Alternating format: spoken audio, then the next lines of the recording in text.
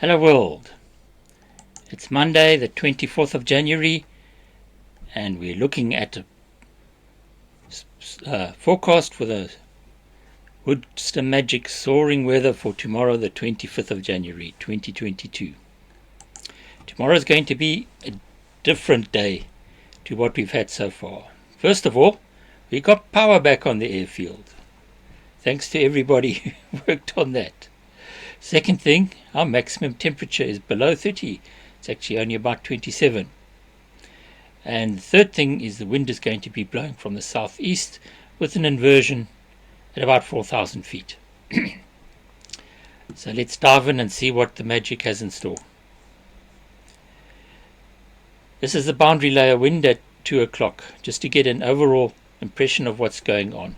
We see there's a strong southeasterly flow coming from the sea, going all the way up the Breda River, past Robertson, past Worcester, and into the Tulbach Valley.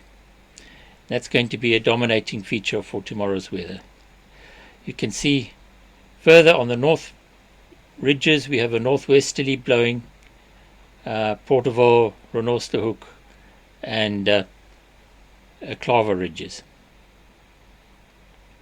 You probably don't want to go further south than say Bainskloof. Let's look at the cloud just to get a picture. Cloud base for 2 o'clock. You can see already at Robertson we have significant cloud at about 3,000 feet, but to the east and the north, to the west and to the north of us, there's no reasonable cloud. There's obviously more cloud if you want to go inland. I'm going to have a quick sneak look at Swellendam. That's for 2 o'clock, and clearly there's no magic there tomorrow. And if I look at Robertson, it's no better. Below 4,000 feet cloud base, and yup. So I don't think we'll be going east tomorrow, so let's focus on the north and the front ridges. Just to confirm, on the cloud base there's no significant cloud on any of these ridges. So let's look at the surface wind in detail.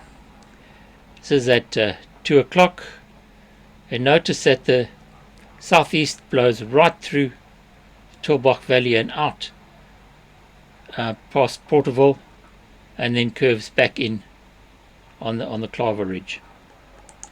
Let's zoom in and have a closer look.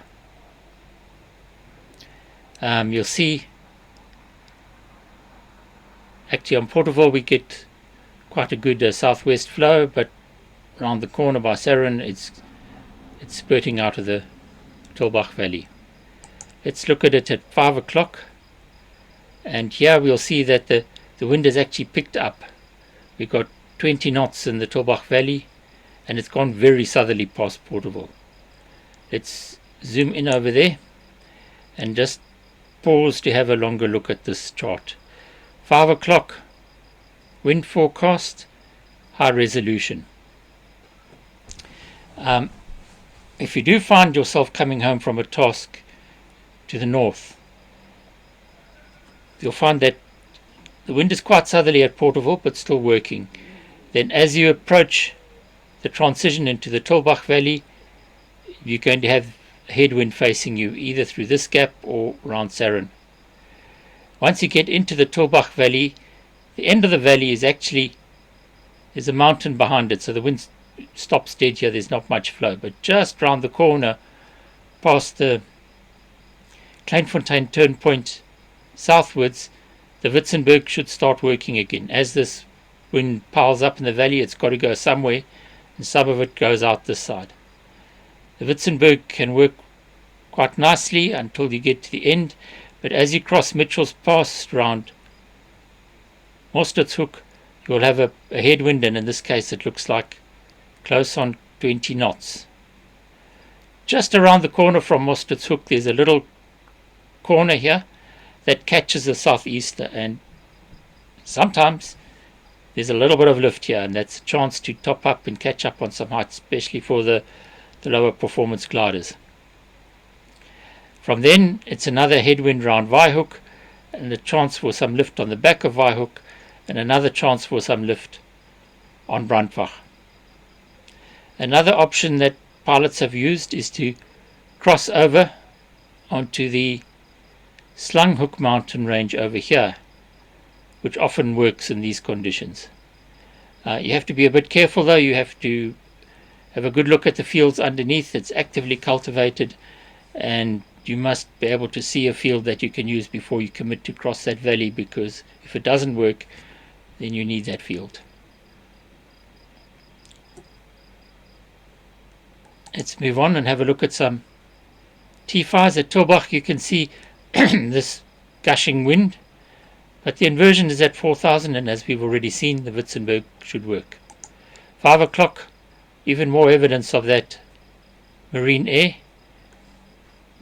but we've discussed the Witzenberg already. Porterville at 2 o'clock, it's quite southerly, wind of about 10 knots, bit less as you get higher, inversion bit above 4,000 feet. Not the fastest weather, but certainly the big ships will manage it. At 5 o'clock you see the wind has gone very southerly. The inversion is looking a bit sharper and cleaner, but that wind is 15 knots directly along the ridge at Porterville.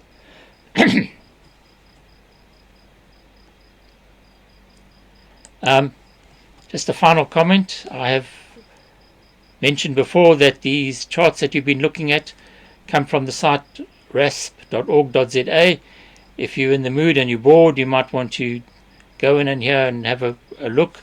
It's a little bit technical, but there's a lot of deep information there that you don't necessarily find on some of the other more convenient soaring forecasts. Certainly going to be a different day tomorrow from what we had today. Probably a bit slower, but there's still some magic around. So fly carefully and enjoy it. Thanks. Good night.